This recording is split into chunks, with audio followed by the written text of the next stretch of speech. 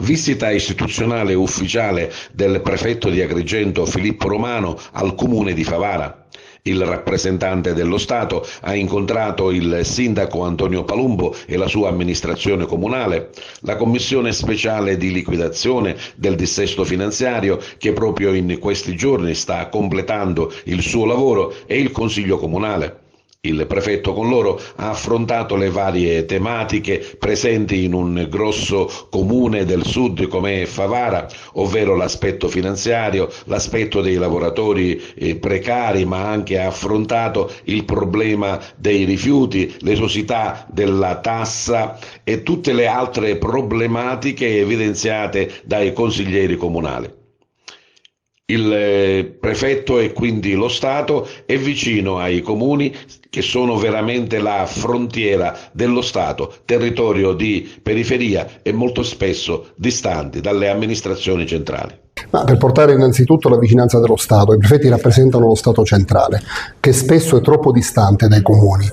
I comuni si trovano oggi a essere la trincea dell'amministrazione, hanno scarsità di risorse economiche, hanno problemi enormi e hanno il cittadino dietro la porta letteralmente, perché sono i più vicini, e per questo dico che sono la frontiera, e quindi le richieste dei cittadini diventano molto pressanti sugli amministratori locali e sugli impiegati degli uffici locali. Quindi è importante rappresentare la vicinanza e non solo rappresentarla a parole, anche cercare di mettersi accanto agli amministratori locali e risolvere i problemi.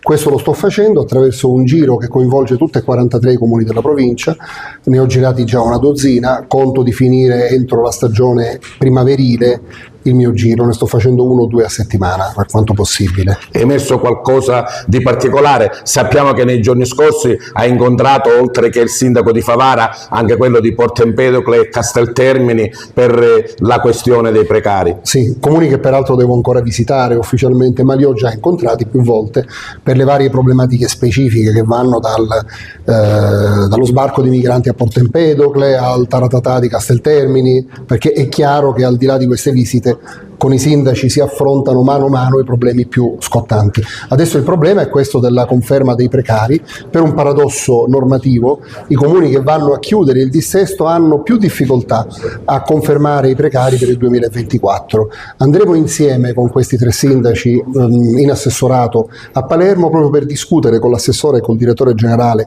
agli enti locali e cercare di trovare insieme una soluzione. Il sindaco, la giunta e il consiglio comunale, come diceva lei, sono la frontiera dello Stato, ma anche il prefetto è quello che rappresenta lo Stato. Il prefetto è quello che dovrebbe cercare di risolvere i problemi, ma come disse una volta un imprenditore parlando di questi temi, almeno se li in testa è un inizio. È una visita importantissima anche perché va a confermare tutto il percorso che abbiamo fatto fino ad oggi con Sua Eccellenza, che è stato sempre vicino alla nostra comunità nelle varie problematiche che sono nate.